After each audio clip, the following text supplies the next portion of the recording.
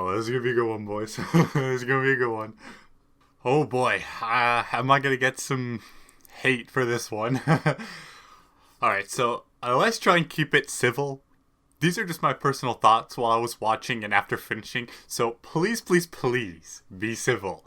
Let's have a discussion and not a fucking hate-filled insult fest, because, oh wow.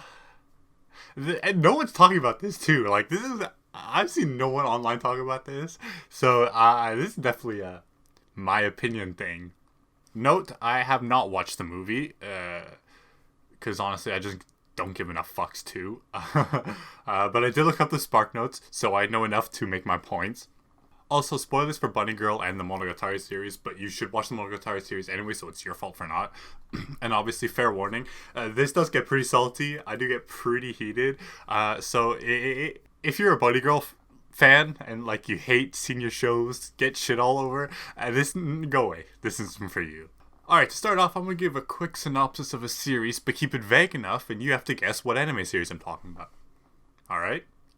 A dialogue-heavy show about a high school boy who helps a harem of girls solve their supernatural problems, in which he himself has been affected by a supernatural problem in his own way. Oh, and he also dates the first girl you see him help. Do you have an answer? If you guessed the Monogatari series, you're correct. If you guessed Rascal does not dream of Bunny Girl Senpai, then I'm suing you and taking you to court for plagiarism. Now I want to say I have nothing personal against the writer of the original light novel, as I have not read the novels, but I don't plan to. He is also the author of Pet Girl of Sakura Hall, which is an anime I absolutely fucking loved. As I have read neither light novels, however, this is an anime-only discussion. Although I do plan on reading Pet Girl when it hopefully gets licensed for an English release. Looking at you, English licensors. Anyway, back on track. I'll talk about anime only for both Bunny Girl and Monogatari because I haven't read Monogatari yet. But I do plan on doing that at some point. So yeah, it wasn't clear this video is going over why Rascal Does Not Dream of Bunny Girl Senpai is a one-for-one ripoff of the Monogatari series with a fresh coat of paint to avoid getting sued. I also just want to throw out some dates there just in case, so we're all on the same fucking page. Monogatari obviously came first. The first volume of Back in Monogatari was published in 2006, and Back in Monogatari began airing in 2009. The first volume of Bunny Girl came out in 2014, by which that point, Zoku Owari Monogatari, the last in the timeline, and as its name implies, the end story, was published. And the same year, in 2014, the fourth installment of the anime, Hana Monogatari, was being broadcast, with Bake, Nisei, and Neko, and second season all having already aired. So last warning, if you're a Bunny Girl stan and hates seeing someone shit all over your favorite show, click off now, because I go down. This is, if you couldn't tell by the length of this video, yeah. Alrighty, let's start at the beginning. The first couple of episodes of each, which will branch into the bigger problem as a whole. Both Mai and, Sakta. Both Mai and Sakta are straight rip-offs of Senjogahara and Araragi. For starters, we meet the main characters who are already dealing with the problem, Araragi being a vampire and Sakta having random scars. They both meet their soon-to-be girlfriends in similar fashion when they realize something is wrong with them physically. Sakta realizes Mai is invisible, and Araragi realizes Senjogahara is weightless. So the first 10 or so minutes are essentially the same, with less panty shots in Bunny Girl. The similarities in the main girl's problems are there, but less obvious. Mai is tired of being in the showbiz, so she becomes invisible and forgotten. A little lazy in my opinion, but that's getting kind of nitpicky and it wasn't a bad concept. Senjogahara wanted to lift the burden and weight of her past trauma, so the crab god takes her memories and she becomes weightless because the weight of her past has been lifted. Still a simple idea, but executed in a much better way. The difference, to the detriment of Bunny Girl, like a lot of things in this video, comes in the way these problems are solved. Since the very start, one of the very many themes of the Monogatari series is saving yourself. Like how Oshino says, "I can't save you, you can only save yourself." While we see the story through the eyes of Araragi, he's seldom ever the reason problems of the girls get solved. The only case is Hachikurji, but even then, the fact that she sticks around is again not solved by him and her own internal struggles.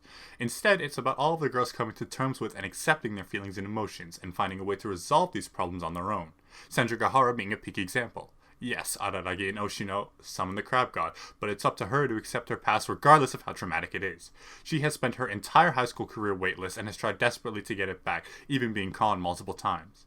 It's the same with all the other girls in the show, and is a common theme throughout. Bunny Girl is not as in-depth with its writing. Mai just so happened to make the right guy fall in love with her. The problem is solved when he does remember her and screams her name for the whole school to hear. Story over. Finished. Move on to the next. Like it was a super lazy ending, and if you want to go into the theme of mental struggles of a person, then in the end they have to accept and change something. Also, Mai's problem is not very relatable. Like at all. The amount of viewers watching this who are thinking, man, I too want to disappear from the public spotlight is probably very low. You hate to see it, but almost no one watching are child star actors, so almost no one can relate to a problem. Now, obviously, there are the celebrities and stuff who might have watched it, but they're in the minority. I mean, yeah, sure, we've all thought about what we'd do if we could turn invisible, but really that's not the point. I am sure, however, that there are people out there who have experienced childhood trauma or even just had things happen to them they want to forget. I sure have. This makes Sandra Kahara's problem more relatable and makes her seem more down to earth and human than Mai. But then the copying begins again, with Mai and Sakta going out after he solves her problem, like Araragi and Sandra Kahara. Because Sandra Kahara and Araragi are more developed characters, it was so much fun watching the two of them talk. Well, it's fun watching all the characters in Monogatari talk. Watching Sakta and Mai literally just made me want to go to YouTube and look up a Sandra Kahara and Araragi moments video. Mai and Sakta are, like many things in the show, a one-for-one ripoff of Sandra Kahara and Araragi. Their dynamic is the same, the way they talk to each other is the same, the different yet highly compatible personalities are the same. It's terrifying how similar Mai and Sakta are. But I'm not done. There's a lot more. How about, do you want a girl who has two personalities and split into two due to stress? Check. Haha, how about extreme jealousy causing physical harm? Kamburu ripoff goes burr. Did you say ghost lolly? We have a ghost lolly. What about a time travel plot where the ghost lolly grows up? Yes, sir. What about the flirtatious incest? Nail that one on the head. Okay, let's go into those in a bit more detail. You have Futa... Futa? Was her name really fucking Futa? Oh no, Futaba. That would have been kind of funny. Anyway. You have Futaba, who is calm and collected, a bit of a know-it-all, and who has made friends with Sakta since the start of the series, often giving advice to him. Okay, now let's look at the original, Hanekawa. Hanekawa is a calm, collected, and a know-it-all, albeit a more humble one. She has also been friends with Araragi since the start of the series, although we actually see how they met. Hanekawa also gives Araragi lots of advice throughout the series, starting right from episode 1 of Bake. But of course, that's not where the similarities end. Like the last example, the exact details are different, so they don't have to go to court, but the ideas and overall premise remains the exact same. In fact, there are a good amount of details that are similar in this one. Futaba has lived alone for the longest time, and when she makes friends with Sakta and that other guy, she is afraid of losing them and the attention they give her, so she decides to make an OnlyFans and start posting lewd stuff online because she likes the attention. The stress, remember that word, causes her to split into two personalities, one who likes doing the OnlyFans and another who hates it. Tsubasa Hanekawa is estranged from her step-parents, and they don't treat her like a proper child. She doesn't even have her own bedroom and sleeps in the hallway, and her only real friend is Araragi. The stress from her family problems causes her to split into two personalities, one who will put up with it and the other who wants to fix the problem. You see where I'm going with this? Now, this next point is a real stretch, but I want to mention it because, well, like, Black Hanukkah was kind of hot, so they also are more lewd. Futaba is posting lewds to an OnlyFans, and since Hanako is such a pure soul, Black Hanako ends up running around the city in lingerie, so there's a good amount of extra fan service in both. I mean, Monogatari already has a fantastic amount of fan service. I mean, just like... Was that last point reaching? Yes. Did I just want to talk about it to give me an excuse to look at more sexy cat girl while editing? Yes. I mean, Black Hanako is peak cat girl. Like, I don't know what you want from me. Neko. 僕が今から言う文章を復唱しろ。斜め77度の並びで、泣く泣くいななく7半7台、難なく並べて長々め。斜め77度の並びで、にゃくにゃくいななく7半7台、なんにゃく並べてにゃがにゃがめ。Anyways, moving on. The difference in the arcs is because of the series length, the Monogatari series being fucking gigantic and Bunny Girl having one anime season. Because Hanakawa has just suppressed Black Hanakawa and in turn her stress twice, it causes her stress to rage and boil over, creating the tiger Kako, a third split. Kako burns Hanakawa's house down because that is what is the source of her stress, since Black Hanakawa failed to properly deal with it. However, he still remains, so there's clearly another source of her stress, so he vows to burn down the world. Now back to the similarities. Unlike the first arc, the solution to both these girls' problems are the same, with the only difference being Hanakawa likes the protagonist, Araragi, while Futaba likes not the protagonist. whatever his name is. While Araragi and Shinobu help Hanako twice by helping to put Black Hanako away, like the theme of the show, Hanako herself has to come to terms with the cause of her stress. While at first her stress was the family situation, that was resolved by Kako burning down their house, and in the end we find out it's mainly because she loves Araragi. Araragi being in a relationship with Senjogahara, of course. While Araragi manages to kill Kako with the oddity-killing sword, Kokowatari, I think that was what it was called, it only would have delayed him from returning. What truly resolves this problem for her is when she finally confesses her feelings to Araragi. Once Araragi denies her, she fully accepts his denial, absorbing both Kako and Black Hanako into her, and accepting that Black Hanako and Kako and the stress and rage that those two embody are a part of her, and feeling satisfied that she finally confessed. Hanako and her family move into a new house where she actually gets her own room as well. Futaba is eerily similar, as is the theme of this video. At first, her stress is caused by the lewd she posts online, but as both versions of her fall in love for the same guy, who also has a girlfriend, the cause of this stress becomes apparent that it's her love for this guy. Also, like Hanako, her problem is resolved when she confesses her love to the guy at the festival and accepts his rejection, then fully accepting the bad parts of herself to make her become whole again, and the two remain done. Yeah, basically carbon copy, fucking copy and pasting shit. Like, oh my god. But I'm not done. I'm not close to done. The next example borrows from different characters, but her big traits and plot points are mostly ripped off from the singer of the famous opening.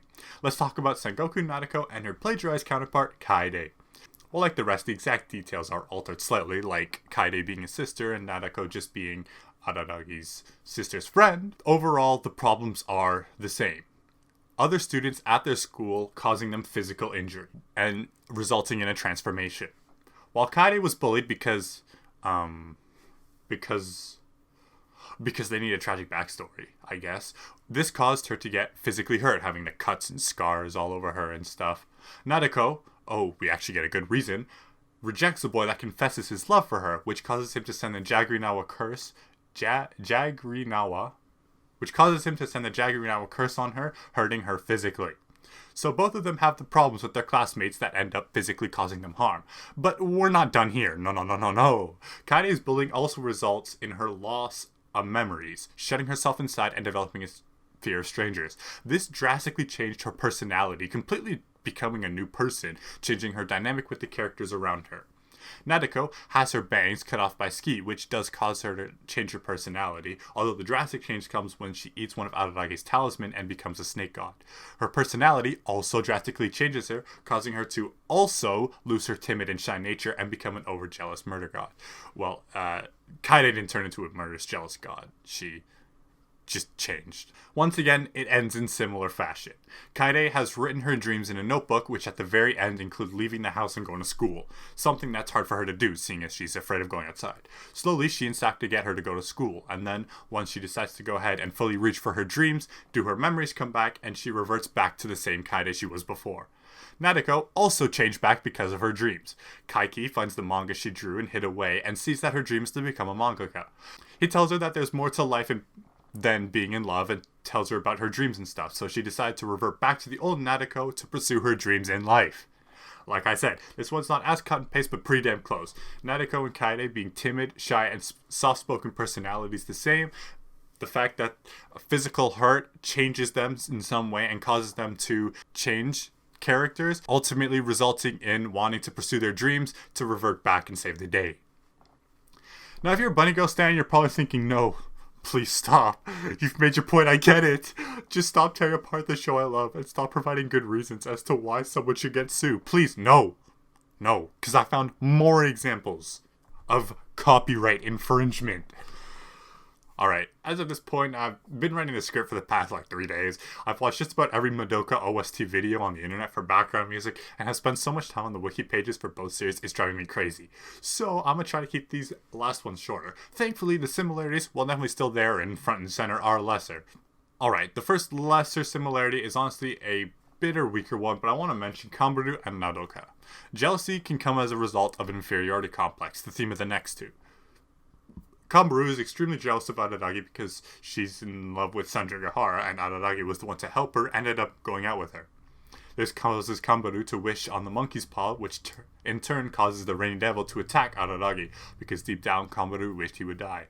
All this in exchange for her soul. Because it's proven that Araragi can't die because he's a vampire, the Rainy Devil breaks the contract with Kanbaru and saves the day. It works roughly the same in Bunny Girl, with the overarching ideas being the same, with Mai's half-sister, Nodoka, not the good Nodoka-chan, the bad one. Yeah, her. Man, even taking names here. Because Mai is more successful, Nodoka has an inferiority complex and serious envy towards her half-sister, which causes her to switch bodies with Mai. She even, like Kanbaru, confronts Mai and has an argument with her.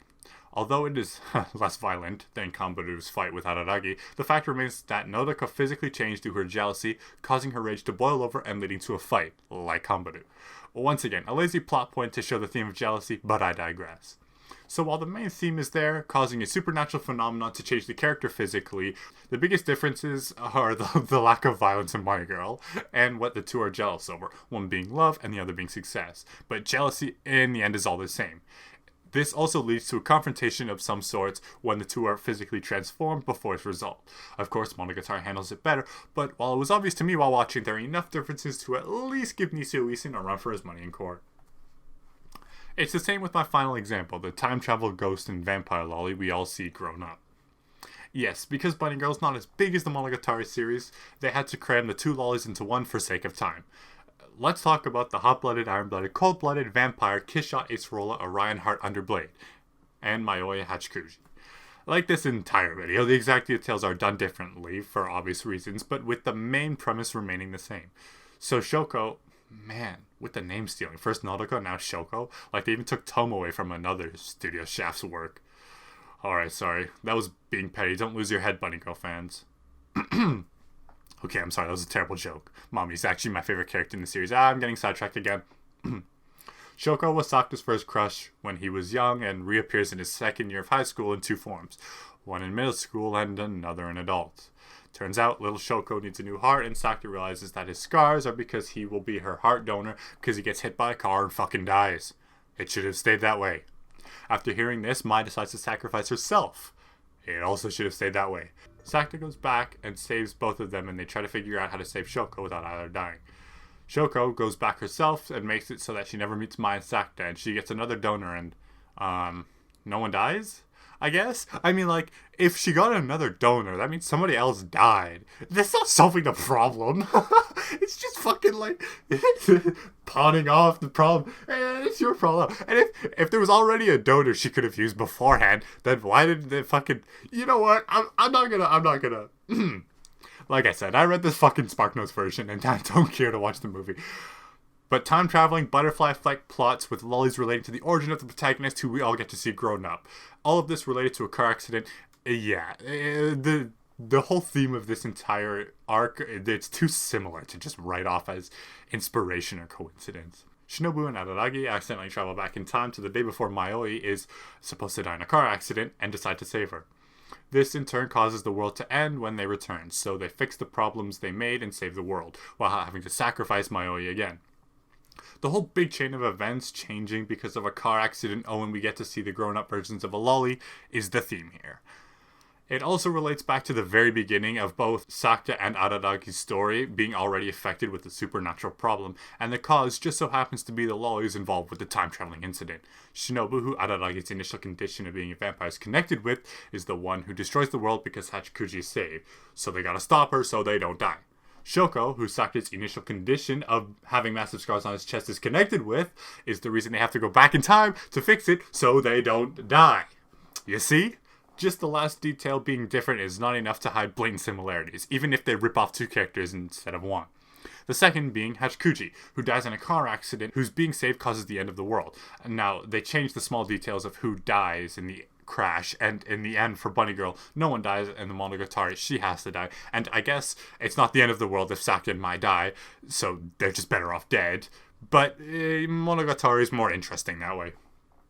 We also get to see Mayoi and Kishot all grown up because of the time travels, and because of the time traveling, we get to see Shoko all grown up. But see, Monogatari has 25 volumes and counting with 8 seasons and 3 movies of an anime, so they can afford to have a wide, properly in-depth cast of characters. Because Bunny Girl is a clickbait ripoff, they gotta cut corners somewhere, so it's a 2-for-1 package deal here, boys. Alright, so now I just spent the past however many minutes absolutely shitting on Bunny Girl, so I guess I'll mention a couple of its upsides. For starters, the character designs are pretty good. I mean, like, you know, they're not super out there or anything, but I guess they're not that bad, and very original compared to the rest of the show. But if you copied Monogatari characters, yeah, it would be painfully obvious. Like, they're pretty identifiable. The animation and voice acting are obviously well done, so shout out to Studio Cloverworks and Tamura Satomi for that. Now, it's not Studio Shaft kind of dialogue, scenes, and directing, but no other studios do it like Shaft, so yeah, I guess you get a pass. The sound directing's also on point with the extremely talented Iwanami Yoshikazu at the helm. I butchered that, sorry. Now, while the music is not legendary like Monogatari with its iconic OP and unforgettable soundtracks like that fucking piano one or the do-do-do-do-do-do-do, I don't know the name. It's solid and gets the job done. Although, if you played me 5 anime LPs and told me to guess which one was Bunny Girls, I might not be able to. Also, the script is well done with Yokotani Masahiro writing, who did the script for ReZero, Devils of Part-Timer, Shimoneta, and Toradora. So banter is well done between Mai and Sakta, and it was kind of fun to watch, while it was reminding me of Araragi and Senjugahara the whole time. And none of the dialogue felt forced or anything of the sort. I was also enjoying myself a bit during the Mami Tomoe. No, sorry. Like I said, I have the Madoka OST playing as I write this, and I finished Magi Record earlier today, so that stuck in my head. Anyways, I was also enjoying myself a bit during the Tomoe's arc, because every time the same day started again, I yelled out loud, Killer Queen! Daisu no Baitsa Dasto! So that was fun, I guess. I also want to say her arc is actually a little original. However, her character is mostly Kambaru with a bit of Nadako sprinkled in there. But she's a solid Kambaru ripoff. And her personality and character dynamics are the same. Her arc is a little original. Although a Groundhog Day kind of arc isn't groundbreaking. But because this is a Monogatari and Bunny Girl comparison, I'll give it a pass for now. But while I have not watched it, comparisons have been made to The Endless Eight from Haruhi. And you can relate it to the aforementioned Groundhog Day film or even the fucking Killer Queen arc I just mentioned. Yeah, time traveling, repeating the same day over and over again, nothing new or original or anything, but it wasn't, bad or anything. Man, did I just piss off an entire fandom of people, and probably a pretty dedicated one at that. Not gonna lie though, I do sometimes enjoy going against popular opinion. Not always, though. I can recognize when something's popular is good. This, however, I did not. The entire time I was watching, when I wasn't yelling JoJo references, I was making comparisons left and right to the Monogatari series without really knowing. Till it got to the point where I was just like, yo, this is just a straight ripoff. From the personalities and character dynamics to basically the exact same supernatural problems that affect these characters. While writing this video, I'm not gonna lie, it honestly blew my fucking mind just how many similarities there were. When starting this video, I honestly thought I would hit on a couple similarities that struck me as odd. Oh, look, overall funny thing is the same. Clickbait the shit out of it to say ripoff and keep going. But the more I kept writing and rewatching and researching, the more and more similarities I found. Till I can safely say it's not clickbait. There are too many big, obvious similarities to write off as inspiration and call it a day. Way too many. And if you don't believe me, just do what I did. Bring up wiki pages of each, click on some characters that you think, oh yeah, maybe, and read. It's the exact same. I swear to God. So yeah, I can safely say Rascal Does Not Dream of Bunny Girl Senpai is a 1-for-1 copy and paste ripoff of the Monogatari series. Those are my thoughts on high level plagiarism. Thanks for watching.